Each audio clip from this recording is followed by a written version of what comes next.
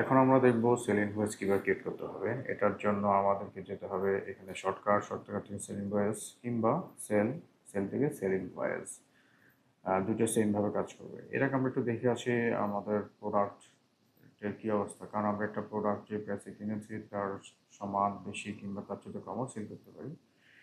So আমি এখানে দেখতে পাচ্ছি আমার স্টকে টেনিস বল আছে 20 ডজন, সেগুলো 20 ডজন স্টক ভ্যালু, তার মানে 300 টাকা করে আমি কিনেছি এটা পার ডজন। তো সেই ক্ষেত্রে আমি এখন একটা সেল ইনভয়েস ক্রিয়েট করে নিচ্ছি। আমি টেনিস বল সেল করবো কারোর কাছে। সো এখানে আমার পার্টি ব্যালেন্সগুলো দেখাচ্ছে। সো আমি ধরে নিচ্ছি আহ, হাসানের কাছে আমি সেল করবো 19,200। হাসানের কাছে ব্যালেন্স পাওনা আছে এখনো। সো এরপর যেহেতু এটা টেনিস সেকেন্ড আমার কাছে কোনো স্টক নেই, এটা অবসলিউট হয়ে গেছে। সো টেনিস বল আমি ক্লিক করে নিলাম। তারপর এখানে আমি নিচ্ছি 20টা তার কাছ থেকে কিনে নিব। তো সেই ক্ষেত্রে আমার এখানে প্রাইস ছিল 300, তো আমি 10,000 টাকার মাল কিনছি তার কাছ থেকে। এখন তার সাথে আমার ব্যালেন্স 19,200।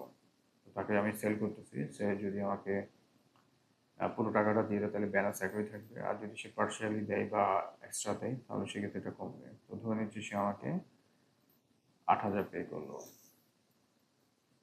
তাহলে 8,000 পে করলে আমার এই ইনভয়েসে ডিও থাকবে 2,000 টাকা।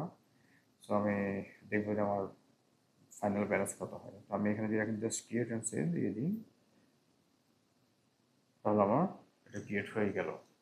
তো আমি এখন দেখতে পাচ্ছি যে হাসানের সাথে আমার একটা লেনদেন ছিল, 2,000 টাকা এখানে ব্যালেন্স ছিল। তো আমি এখন হাসানের সাথে আমার ফাইনাল ব্যালেন্সটা কত সেটা আমি এখানে দেখে নিতে পারবো।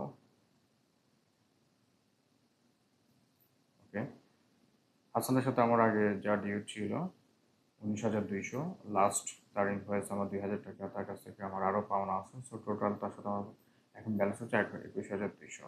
তো এইভাবে খুব সহজেই যে কোনো পারচেস কিংবা সেল ইনভয়েস ক্রিয়েট করে ফেলা যায়